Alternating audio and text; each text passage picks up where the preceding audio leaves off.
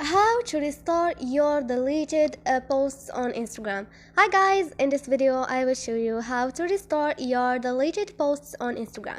So it's so easy and quick, so let's jump in. First thing, go to your Instagram and now go to your profile and click on those three lines up there. Now click on your activity and scroll down.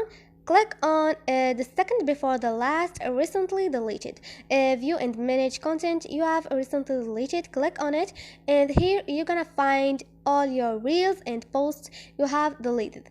And you should know that they will be permanently deleted after the number of days shown.